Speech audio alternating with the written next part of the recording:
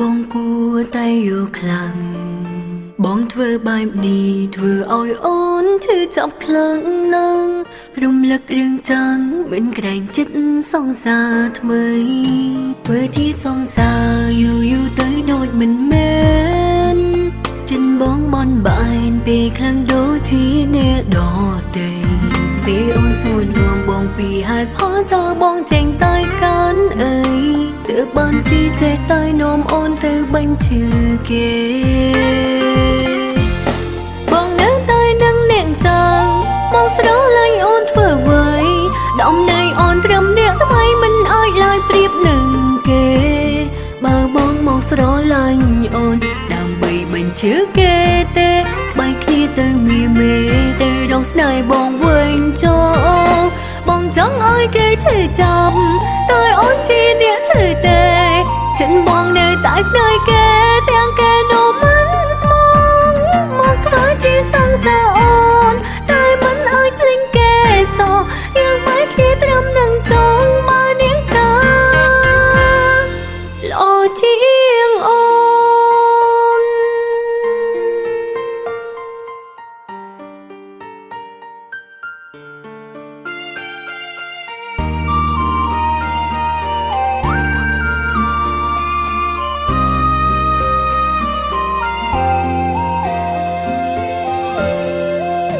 ធ្វើជាសង្សារយូរទៅដូចមិនមែនចិត្តបងបនបែនពេលខ្លាំងដូចជាអ្នកដទៃពេលអូនសួរនាំបងពីហេតុផលតើបងចេញតែកាន់អីទើបបានជាចេះតែនាំអូនទៅបញ្ឈឺគេបងនៅតែនឹងអ្នកចឹងបងស្រឡាញ់អូនធ្វើអ្វីដំណើរអូនត្រឹមអ្នកថ្មីមិនអាចឡើយប្រៀបនឹងគេបើបងមកស្រឡាញ់អូនដើម្បីបញ្ឈឺគេទេបែកគ្នាទៅមេទៅរកស្នេហ៍បងវិញចូលបងចង់ឲ្យគេឈឺចាប់តែអូនជាអ្នកឈឺទេចិនបងនៅតែស្នេហ៍គេទាំងគេនោះមិនស្មងមកធ្វើជាសង្សារអូនតែមិនឲ្យភ្លេចគេសោះយើងបែកគ្នាត្រឹមនឹងចង់បើនាងចា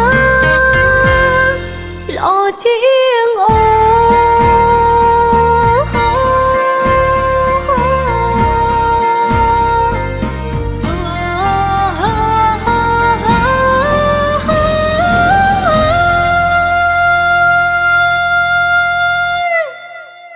បងនៅតែនឹងនាងចឹងបងស្រឡាញ់អូនធ្វើអ្វីដំណើរអូនត្រឹមអ្នកថ្មីមិនអាចឡើយប្រៀបនឹងគេបើបងមកស្រឡាញ់អូនដើម្បីបញ្ឈឺគេទេបែកគ្នាទៅមេទៅរកស្នេហ៍បងវិញចូលបងចង់ឲ្យគេឈឺចាប់តែអូនជាអ្នកឈឺទេចិនបងនៅតែស្នេហ៍គេ